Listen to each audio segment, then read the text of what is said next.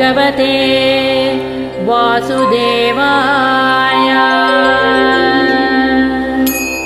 श्रीविष्णुसहस्रनामस्तोत्रम्। शुक्लाम्बरधरं विष्णुं शशिवर्णं चतुर्भुजं प्रसन्नवदनं ध्यायेत् सर्वविघ्नोपशान्तये। व्यासं वसिष्ठनप्तारं शक्तेः पौत्रमकल्मषम् पराशरात्मजं वन्दे सुखदातं तपोनिधिम्। यस्य द्विरदवक्त्राद्याः पारिषद्याः परस्म्यतं विघ्नं निघ्नन्ति सततं विश्वक्सेनं तमाश्रये। व्यासाय विष्णुरूपाय व्यासरूपाय विष्णवे नमो वै ब्रह्मनिधये वासिष्ठाय नमो नमः। अविकाराय शुद्धाय नित्याय परमात्मने सदैकरूपरूपाय विष्णवे सर्वजिष्णवे। यस्य स्मरणमात्रेण जन्मसंसारबन्धनात् विमुच्यते नमस्तस्मै विष्णवे प्रभविष्णवे। ॐ नमो विष्णवे प्रभविष्णवे। सच्चिदानन्दरूपाय कृष्णया क्लिष्टकारिणे नमो वेदान्तवेद्याय गुरवे बुद्धिसाक्षिणे। कृष्णद्वैपायनं व्यासं सर्वलोकहिते रतं वेदाब्जभास्करं वन्दे समाधिनिलयं मुनिः। सहस्रमूर्तेः पुरुषोत्तमस्य सहस्रनेत्राननपादबाहो सहस्रनाम्नां तवनं प्रशस्तं निरुच्यते जन्मजरादिशान्त्यैः। श्रीवैशम्पायन उवाच श्रुत्वा धर्मानशेषेण पावनानि च सर्वशः युधिष्ठिरस्यान्तनवं पुनरेवाभ्यभाषत। युधिष्ठिर उवाच किमेकं दैवतं लोके किं वाप्येकं परायणं स्तुवन्तः कं कमर्चन्तः प्राप्नुयुर्मानवाः शुभम्। को धर्मः सर्वधर्माणां भवतः परमो मतः किं जपन् मुच्यते जन्तुर्जन्म संसार बन्धनात्। श्रीभीष्म उवाच जगत्प्रभुं देवदेवम् अनन्तं पुरुषोत्तमम् स्तुवन्नाम सहस्रेण पुरुषः शततोऽधिकः तमेव चार्चयन् नित्यं भक्त्या पुरुषमव्ययम् ध्यायन् स्तुवन् नमस्यंश्च यजमानस्तमेव च। अनादिनिधनं विष्णुं सर्वलोकमहेश्वरम् लोकाध्यक्षं स्तुवन् नित्यं सर्वदुःखादिगो भवेत्। ब्रह्मण्यं सर्वधर्मज्ञं लोकानां कीर्तिवर्धनं लोकनाथं महद्भूतं सर्वभूतभवोद्भवम् एष मे सर्वधर्माणां धर्मोऽधिगतमो मतः यद्भक्त्या पुण्डरीकाक्षं स्तवैरर्चेन्नरः सदा। परमं यो महत्तेजः परमं यो महत्तपः परमं यो महद्ब्रह्म परमं यः परायणम्। पवित्राणां पवित्रं यो मङ्गलानां च मङ्गलम् दैवतं देवतानां च भूतानां यो व्ययः पिता। यतः सर्वाणि भूतानि भवन्त्यादियुगागमे यस्मिंश्च प्रलयं यान्ति पुनरेव युगक्षये। तस्य लोकप्रधानस्य जगन्नाथस्य भूपते विष्णोर्नामसहस्रं मे शृणु पापभयापहम्। यानि नामानि गौणानि विख्यातानि महात्मनः ऋषिभिः परिगीतानि तानि वक्ष्यामि भूतये। विष्णोर्नामसहस्रस्य वेदव्यासो महामुनिः छन्दोनुष्टुप् तथा देवो भगवान् देवकी सुतः। अमृतांशोद्भवो बीजं शक्तिर्देवकी नन्दनः त्रिसामा हृदयं तस्य शान्त्यर्थे विनियुज्यते। विष्णुं जिष्णुं महाविष्णुं प्रभविष्णुं वकेश्वरम् अनेकरूपदैत्यान्तं नमामि पुरुषोत्तमम्। न्यासः अस्य श्रीविष्णोर्दिव्यसहस्रनामस्तोत्र महामन्त्रस्य श्रीवेदव्यासो भगवान् ऋषिः अनुष्टुप् छन्दः। श्रीमहाविष्णुः परमात्मा श्रीमन्नारायणो देवता। अमृतांशोद्भवो भानुरिति बीजम् देवकी नन्दनः स्रष्टेति शक्तिः। उद्भवः क्षोभनो देव इति परमो मन्त्रः। शङ्खभृन्नन्दकी चक्रीति कीलकम् शान्यधन्वा गदाधर इत्यस्त्रम् रथाङ्गपाणिरक्षोभ्य इति नेत्रम् त्रिसामा सामगः सामेति कवचम् आनन्दं परब्रह्मेति योनिः। ऋतुः सुदर्शनः काल इति दिग्बन्धः श्रीविश्वरूप इति ध्यानम्। श्रीमहाविष्णुः प्रीत्यर्थे श्रीसहस्रनामजपे विनियोगः। ध्यानम् क्षीरोधन्वत्प्रदेशे शुचिमणिभिरसत्सैकते मौक्तिकानां मालाक्षुप्तासनस्थः स्फटिकमणिनिभैः मौक्तिकैर्मण्डिताङ्गः।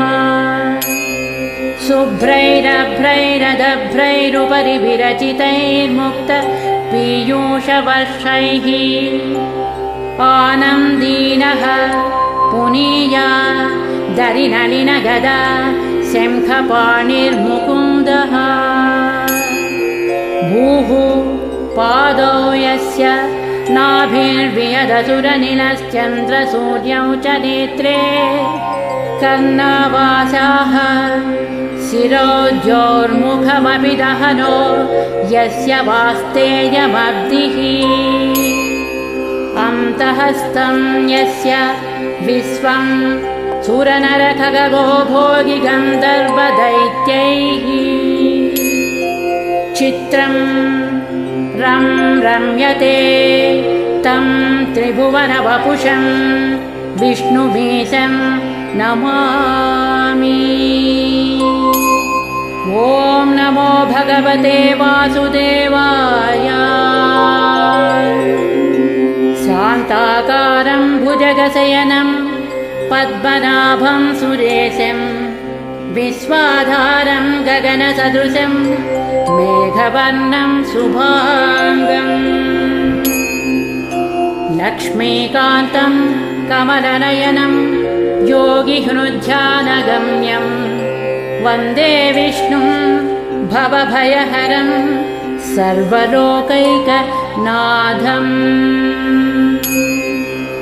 मेघश्यामं पीतकौसेयवासं श्रीवत्साङ्कं कौस्तुभोद्भासिताङ्गं पुण्योपेतं पुण्डरीकायताक्षं विष्णुं वन्दे सर्वलोकैकनाथम्।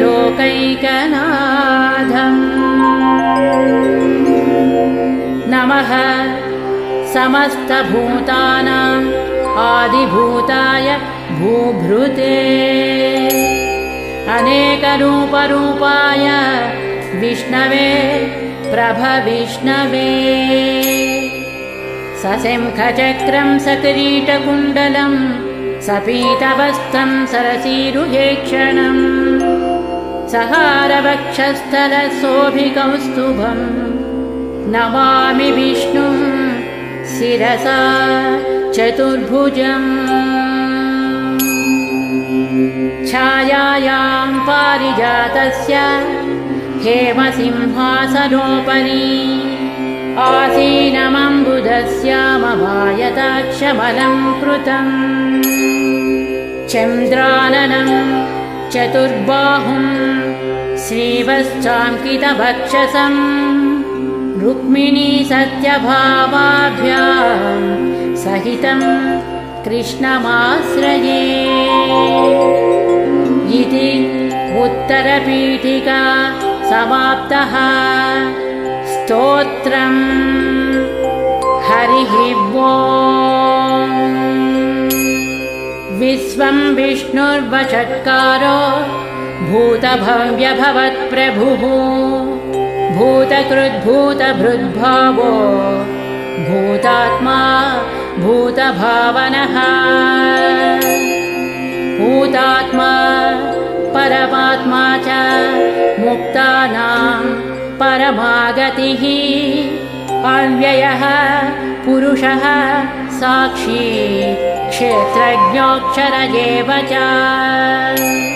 योगो योगविदां नेता प्रधानपुरुषेश्वरः नारसिंहवपुः श्रीमान् केशवः पुरुषोत्तमः सर्वः शिवः स्थाणुर्भूतादिर्निधिरव्ययः सम्भवो भावनो भक्ता प्रभवः प्रभुरीश्वरः स्वयंभूः शम्भुरादित्यः पुष्कराक्षो महास्वनः अनादिनिधनो धाता विधाता धातुरुत्तमः अप्रमेयो ऋषिकेशः पद्मनाभो अमरप्रभुः विश्वकर्मा मनुः स्वस्था स्थविष्टः स्थविरो ध्रुवः अग्राह्यः शाश्वतः कृष्णो लोहिताक्षः प्रतर्धनः प्रभूतस्त्रिककुब्धाम पवित्रं मङ्गलं परम् ईशानः प्राणदः प्राणो ज्येष्ठः श्रेष्ठः प्रजापतिः हिरण्यगर्भो भूगर्भो माधवो मधुसूदनः संयमी धन्वी मेधावी विक्रमः क्रमः अनुत्तमो दुरादर्शः कृतज्ञः कृतिरात्मवान् सुरेशः शरणं शर्म विश्वरेताः प्रजाभवः अहः संवत्सरो व्याळः प्रत्ययः सर्वदर्शनः अजः सर्वेश्वरः सिद्धः सिद्धिः सर्वादिरच्युतः वृषा कपिरमेयात्मा सर्वयोगविनिस्मृतः वसुर्वसुमनः सत्यः समात्मा संमितः समः अमोघः पुण्डरीकाक्षो वृषकर्मा वृषाकृतिः रुद्रो बहुशिरा बभ्रुर्विश्वयोनिः शुचिस्रवाः अमृतः शाश्वतः स्थाणुः वरारोः महातपाः सर्वगः सर्वविद्वानुर्विश्वक्सेनो जनार्दनः वेदो वेदविदव्यङ्गो वेदाङ्गो वेदवित्कविः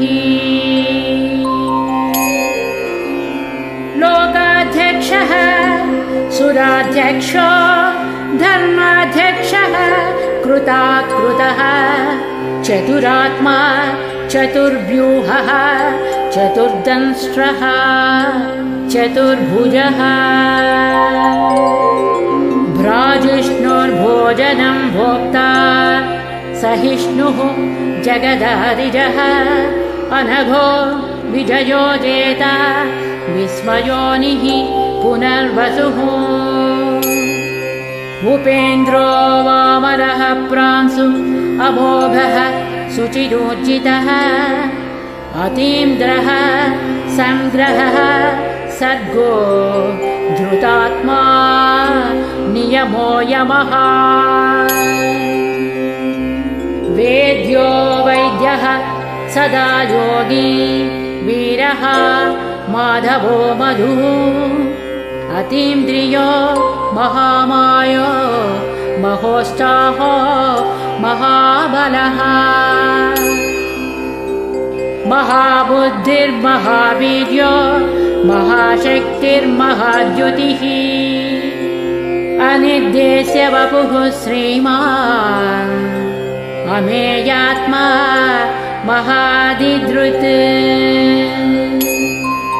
महेश्वानो महीभक्त श्रीनिवासः सतां गतिः अनिरुद्धः सुरानन्दो गोविन्दो गोविदाम्पतिः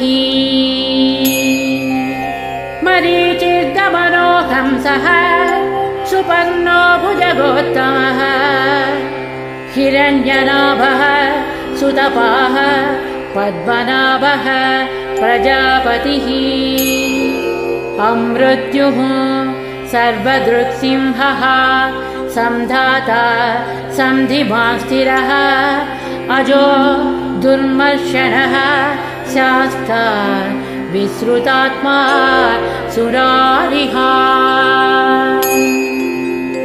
गुरुर्गुरुतमो धामः सत्यः सत्यपराक्रमः निमिषो निमिषः स्रग्वी वाचस्पति रुदारधी अग्रणीः ग्रामणीः श्रीमान् न्यायो नेता समीरणः सहस्रमूर्धा विश्वात्मा सहस्राक्षः सहस्रपात् आवर्तनो निवृत्तात्मा संवृतः संप्रमर्दनः अहः संवर्तको बन्धिः अनिलो धरणीधरः सुप्रसादः प्रसन्नात्मा विश्वदृग्विश्वभुग्विभुः सत्कर्ता सत्कृतः साधुः जह्नुं नारायणो नरः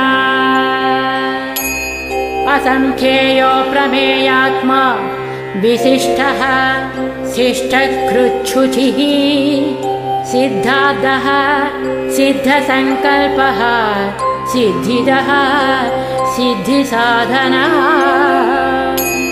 वृषाही वृषभो विष्णुर्वृषपर्वा वृषोधरः वर्धनो वर्धमानश्च विविक्तः श्रुतिसागरः सुभुजो दुर्धरो वाङ्मी महेन्द्रो वसुधो वसुः नैकरूपो बृहद्रूपः सिपिविष्टः प्रकाशनः ओजस्तेजो द्युतिधरः प्रकाशात्मा प्रतापनः बुद्धः स्पष्टाक्षरो मन्त्रः चन्द्रांशुर्भास्करद्युतिः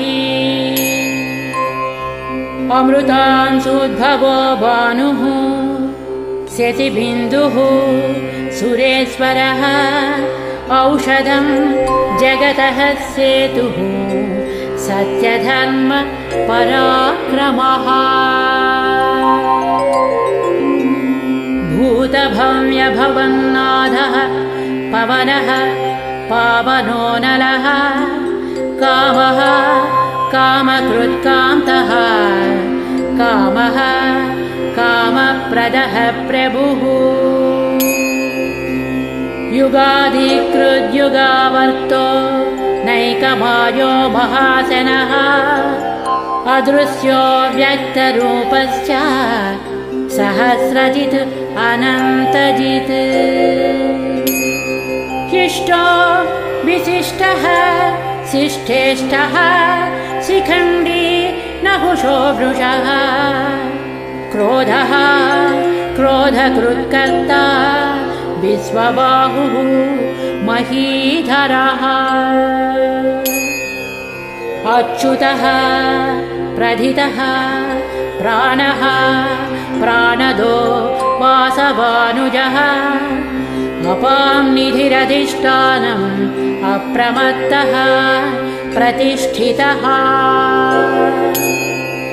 स्कन्दः स्कन्दधरो दुर्यो वरदो वायुवाहनः वासुदेवो बृहद्भानुः आदिदेवः पुरन्दरः अशोकस्तारणस्तारः शूरः सौरिजनेश्वरः अनुकूलः शतावर्तः पद्मी पद्मनिवेक्षणः पद्मनाभो अरविन्दाक्षः पद्मगर्भः शरीरभृत् महर्धिः रुद्धो वृद्धात्मा महाक्षो गरुडध्वजः अतुलः शरभो भीमः समयज्ञो हविर्हरिः सर्वलक्षणलक्षण्यो लक्ष्मीवान् समतिञ्जियः अक्षरो रोहितो मार्गो हेतुर्दामोदरः सः महीधरो महाभागो वेगवान् अमितासनः उद्भवः क्षोभनो देवः श्रीगर्भः परमेश्वरः करणं कारणं कर्ता विकर्ता गहनो गुहः व्यवसायो व्यवस्थानः संस्थानः स्थानदो ध्रुवः परधिः परमस्पष्टः तुष्टः पुष्टः शुभेक्षणः रामो विरामो विरजो मार्गो नेयो नयो नयः वीरः शक्तिमतां श्रेष्ठो धर्मो धर्मविदुत्तमः वैकुण्ठः पुरुषः प्राणः प्राणदः प्रणवः पृथुः हिरण्यगर्भः शत्रुभ्यो व्याप्तो वायुरधोक्षजः ऋतुः सुदर्शनः कालः परमेष्टि परिग्रहः उग्रः संवत्सरो दक्षो विश्रामो विश्वदक्षिणः विस्तारः स्थावरः स्थाणुः प्रमाणं बीजमव्ययम् अर्धोऽनर्धो महाकोशो महाभोगो महाधनः अनिर्विण्णः स्थविष्ठो भूः धर्मयूपो महामकः नक्षत्रनेमि नक्षत्री क्षमः क्षामः समीहनः यज्ञयुज्यो महेज्यस्य क्रतुः सत्रं सतां गतिः सर्वदर्शी विमुक्तात्मा सर्वज्ञो ज्ञानमुत्तमम्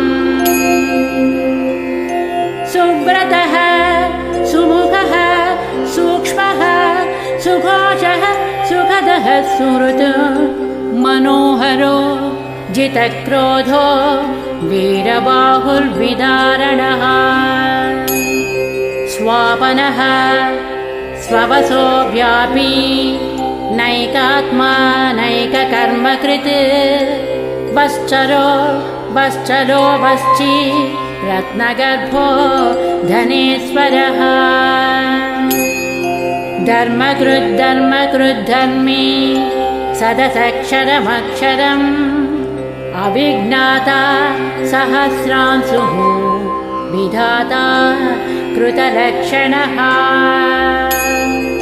गभस्तिनेमिः सत्त्वस्थः सिंहो भूतमहेश्वरः आदिदेवो महादेवो देवेशो देवभृद्गुरुः उत्तरो गोपतिर्गोप्ता ज्ञानगम्यः पुरातनः शरीरभूतभृद्भोक्ता कपीन्द्रो भूरि दक्षिणः सोमपोऽमृतपः सोमः पुरुजित् पुरुषोत्तमः विनयो जयः सत्यसन्धो दाशार्हः सात्वतां पतिः जीवो विनयिता साक्षी मुकुन्दोमितविक्रमः अम्बोनिधिः अनन्तात्मा महोदधिशयोऽन्तकः अजो महार्हः स्वाभाव्यो जितामित्रः प्रमोदनः आनन्दो नन्दनो नन्दः सत्यधर्म त्रिविक्रमः महर्षिः कपिलाचार्यः कृतज्ञो मेदिनीपतिः त्रिपदस्त्रिदशाध्यक्षो महाशृङ्गः कृतान्तकृत् महावराहो गोविन्दः सुषेणः कनकाङ्गदी गुह्यो गभीरो गहनो गुप्तश्चक्रगदाधरः वेदाः स्वाङ्गोजितः कृष्णो दृढः सङ्कर्षणोच्युतः वरुणो वारुणो वृक्षः पुष्कराक्षो महामनाः भगवान् भगहानन्दी वनमाली हलायुधः आदित्यो ज्योतिरादित्यः सहिष्णुः गतिसत्तमः सुधन्वा खण्डपरशुः दारुणो द्रविणप्रदः दिवक्स्पृक्सर्वदृग्व्यासो वाचस्पतिरयो निजः त्रिसामा सामगः साम निर्वाणं भेषजं विशक् संन्यासकृच्च महस्यान्तो निष्ठा शान्तिः परायणम्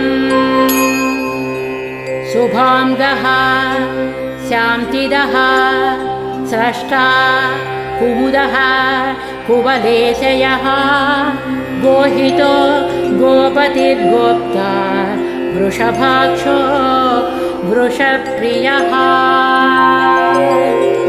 अनिवर्ती निवृत्तात्मा संक्षेप्ता क्षेमकृच्छिवः श्रीवत्सवक्षाः श्रीवासः श्रीपतिः श्रीमताम्बरः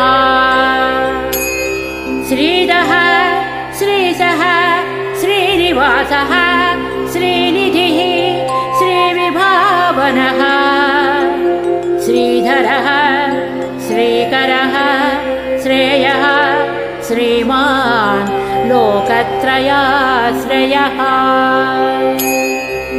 स्वक्षः स्वङ्गः शतानन्दो नन्दिर्ज्योतिर्गणेश्वरः विजितात्मा विधेयात्मा सत्कीर्तिर्छिन्न संशयः उदीर्णः सर्वतच्चक्षुः अनीशः शाश्वतस्थिरः भूषयो भूषणो भूति विशोकः शोकनाशनः अर्चिष्मानर्चितः कुम्भो विशुद्धात्मा विशोधनः अनिरुद्धो प्रतिरथः प्रद्युम्नोमित विक्रमः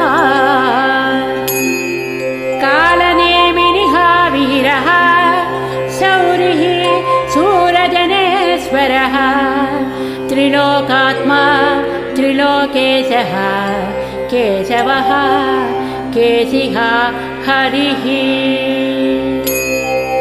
कामदेवः कामपालः कामी कान्तः कृतागमः अनिर्देश्य वपुः विष्णुः वीरोऽनन्तो धनञ्जयः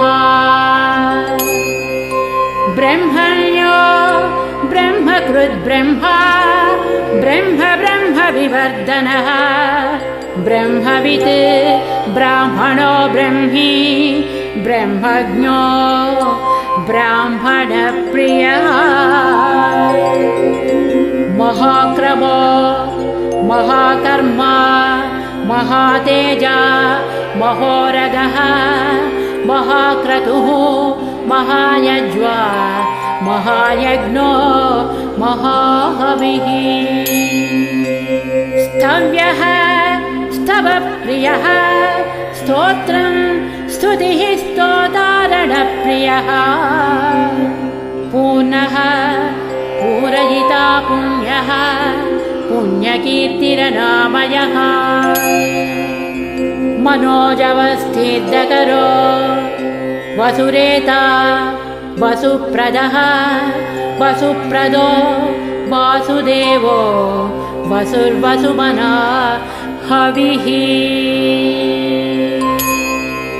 सद्गतिः सत्कृतिः सत्ता सद्भूतिः सत्परायणः शूरसेनो यदुश्रेष्ठः सन्निवासः सुयामुनः भूतावासो वासुदेवः सर्वासु निरयो नरः दर्पः दर्पदो दृप्तो दुर्धरोधा पराजितः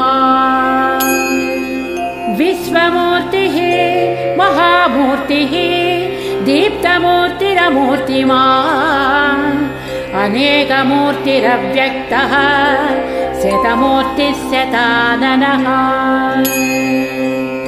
एकोनैकः स्तवः कः किं यत्तत्पदमनुत्तमम् लोकबन्धुर्लोकनाथो माधवो भक्तवत्सलः सुवर्णवर्णो हेमाम्बो वराङ्गश्चन्दनाङ्गदी वीरः विषयः शून्यो घृतासीरचलश्चलः अमानीमानदो मान्यो लोकस्वामी त्रिलोकधृक् सुमेधा मेधजो धन्यः सत्यमेधा धराधरः तेजो वृषो द्युतिधरः सर्वशस्त्रभृताम्बरः प्रग्रहो निग्रहो व्यग्रो नैकशृङ्गो गदाग्रजः चतुर्मूर्तिः चतुर्बाहुः चतुर्व्यूहश्चतुर्गतिः चतुरात्मा चतुर्भावः चतुर्वेदविदेकपात् समावर्तो निवृत्तात्मा दुर्जयो दुरतिक्रमः दुर्लभो दुर्गमो दुर्गो दुरावासो दुरारिः शुभाङ्गो लोकसारङ्गः स्तुतन्तु वर्धनः इन्द्रकर्मा महाकर्मा कृतकर्मा कृतागमः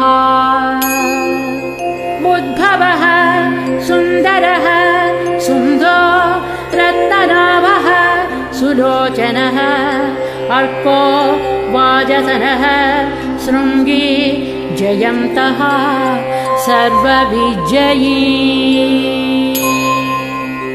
सुवर्णबिन्दुरक्षोभ्यः सर्वभागीश्वरेश्वरः महाह्रदो महाकर्तो महाभूतो महानिधिः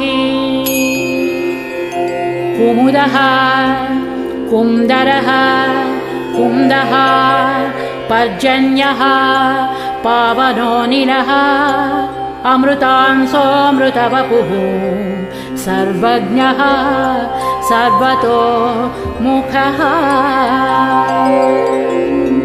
सुलभः सुव्रतः सिद्धः शत्रुजित्शत्रुतापनः न्यग्रोधोदुम्बरो अश्वत्थः चाणूरान्द्र निषूदनः सहस्रार्चिः सप्तजिह्वाः सप्तैधाः सप्तवाहनः अमूर्तिरनघोचिन्त्यो भयकृद्भयनाशनः अणुर्बृहत्कृशः स्थूलो गुणभृन्निर्गुणो महान् अधृतः स्वधृतः स्वास्यः प्राग्वंशो वंशवर्धनः भारभृत्कथितो योगी योगीशः सर्वकामदः आश्रमः श्रमणः क्षामः सुपर्णो वायुवाहनः धनुर्धरो धनुर्वेदो दण्डो दमयिता दमः अपराजितः सर्वसहो नियन्ता नियमो यमः सत्यवान् सात्विकः सत्यः सत्यधर्मपरायणः अभिप्रायः प्रियार्होषः प्रियकृत् प्रीतिवर्धनः विहाय च गतिर्ज्योतिः सुरुचिर्हुतभुग्विभुः रविर्विलोचनः सूर्यः सविता रविलोचनः अनन्तो हुतभुग्भोक्ता सुखदो नैकदोऽग्रजः अनिर्भिन्नः सदावर्षी लोकाधिष्ठानमद्भुतः सनः सनातनतमः कपिलः कपिलव्ययः स्वस्तिदः स्वस्तिकृत् स्वस्ति स्वस्तिभुक् स्वस्ति दक्षिणः अरौद्रः कुण्डलीचक्री विक्रमोचितशासनः शब्दादिगः शब्दसः शिशिरः शर्वरीकरः अक्रूरः पेशलो दक्षो दक्षिणः क्षमिणाम्बरः विद्वत्तमो वीतभयः पुण्यश्रवणकीर्तना उत्तारणो दुष्कृतिः पुण्यो दुःस्वप्ननाशनः वीरः रक्षणः सन्तो जीवनः पर्यवस्थितः अनन्तरूपोऽनन्तश्रीर्जितमन्युर्भयापहः चतुरस्रो गभीरात्मा विदिशो व्याधिसो दिशः अनादिर्भूर्भुवो लक्ष्मीः सुवीरो रुचिराङ्गदः जननो जनजन्मादिर् भीमो भीमपराक्रमः आधारनिलयो धाता पुष्पहासः प्रजागरः ऊर्ध्वगः सत्पथाचारः प्राणदः प्रणवः फणः प्रमाणं प्राणनिलयः प्राणभृत् प्राणजीवनः तत्त्वं तत्त्वविदेकात्मा जन्ममृत्युजरातिगः भूर्भुवः स्वस्तरुस्तारः सविता प्रपितामहः यज्ञो यज्ञपतिर्यज्वा यज्ञाङ्गो यज्ञवाहनः यज्ञभृत् यज्ञकृत् यज्ञी यज्ञभुक् यज्ञसाधनः यज्ञान्तकृत् यज्ञगुह्य मन्नमन्नाद एव च आत्मयोनिः स्वयं जातो वैखानः सामगायनः देवकीनन्दनः स्रष्टा क्षितीशः पापनाशनः शङ्खभृङ्नन्दकी चक्री शाङ्गधन्वा गदाधरः रथाङ्गपाणिरक्ष्योभ्यः सर्वप्रहरणायुधः श्री सर्वप्रहरणायुध ॐ नमः इति वनमाली गदी सारङ्गी शङ्खी चक्री च नन्दकी श्रीमान् नारायणो विष्णुः वासुदेवोऽभिरक्षतु श्रीवासुदेवोऽभिरक्षतो नमः इति फलश्रुतिः इतीदं कीर्तनीयस्य केशवस्य महात्मनः नाम्नां सहस्रं दिव्यानां अशेषेण प्रकीर्तितम् य इदं शृणुयान्नित्यं यच्चापि परिकीर्तयेत् नाशुभं प्राप्नुयात् किञ्चित् सोमुद्रेक च मानवः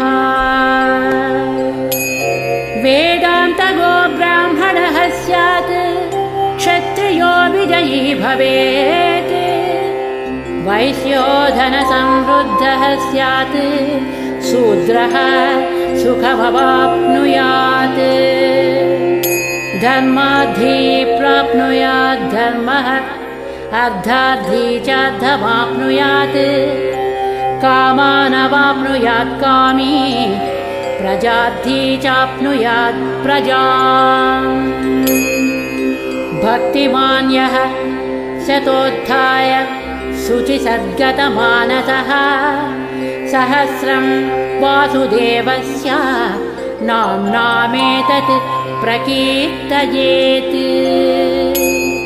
यशः प्राप्नोति विपुलं याति प्राधान्यमेव च अचलां श्रियमाप्नोति श्रेयः प्राप्नोत्यनुत्तमम् न भयं क्वचिदाप्नोति वीर्यं तेजश्च विन्दति भवत्यरोगो द्युतिमान् बलरूपगुणान्वितः रोगात्तो मुच्यते रोगात् बद्धो मुच्येत बन्धनात् भयान्मुच्येत भीतस्तु मुच्येतापन्नमापदः दुर्गान्यतितरत्यासु पुरुषः पुरुषोत्तमः स्तुवन्नाम सहस्रेण नित्यं भक्तिसमन्वितः वासुदेवाश्रयो मर्त्यो वासुदेवपरायणः सर्वपापविशुद्धात्मा याति ब्रह्म सनातनम् न वासुदेवभक्तानाम् अशुभं विद्यते क्वचित् जन्म मृत्युजरा व्याधिभयं नैवोपजायते इमं स्तवमधीयानः श्रद्धा भक्तिसमन्वितः युज्येतात्मसुखक्षान्ति श्रीधृतिस्मृतिकीर्तिभिः न क्रोधो न च माश्चर्यं न लोभो नाशुभामतिः भवन्ति कृतपुण्यानां भक्तानां पुरुषोत्तमे द्यौः सच्चन्द्रार्कनक्षत्रा खं दिशो भूर्महो दधिः वासुदेवस्य वीर्येण विधृतानि महात्मनः ससुरासुरगन्धर्वं जगद्वशे वर्ततेदं कृष्णस्य सचराचरम् इन्द्रियाणि मनोबुद्धिः सत्त्वं तेजो बलं धृतिः वासुदेवात्मकान्याहुः क्षेत्रं क्षेत्रज्ञ एव च सर्वागमानामाचारः प्रथमं परिकल्पते आचारप्रभवो धर्मो धर्मस्य प्रभुरच्युतः ऋषयः पितरो देवा महाभूतानि धातवः जङ्गमाजङ्गमं चेदं जगन्नारायणोद्भवम्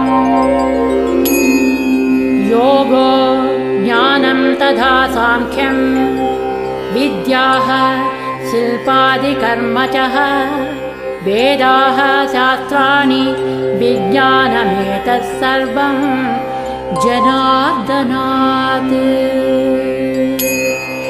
एको विष्णु विष्णुर्महद्भूतं पृथग्भूतान्यनेकशः त्रीन् लोकान् व्याप्य भूतात्मा भुङ्क्ते विश्वभुगव्ययः।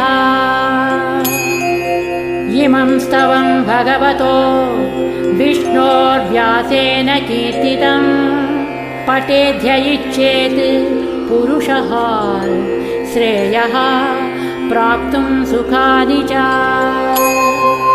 विश्वेश्वरमजं देवं जगतः प्रभुमव्ययं भजन्ति ये पुष्कराक्षं न ते यान्ति पराभवम् न ते यान्ति पराभवो नम इति।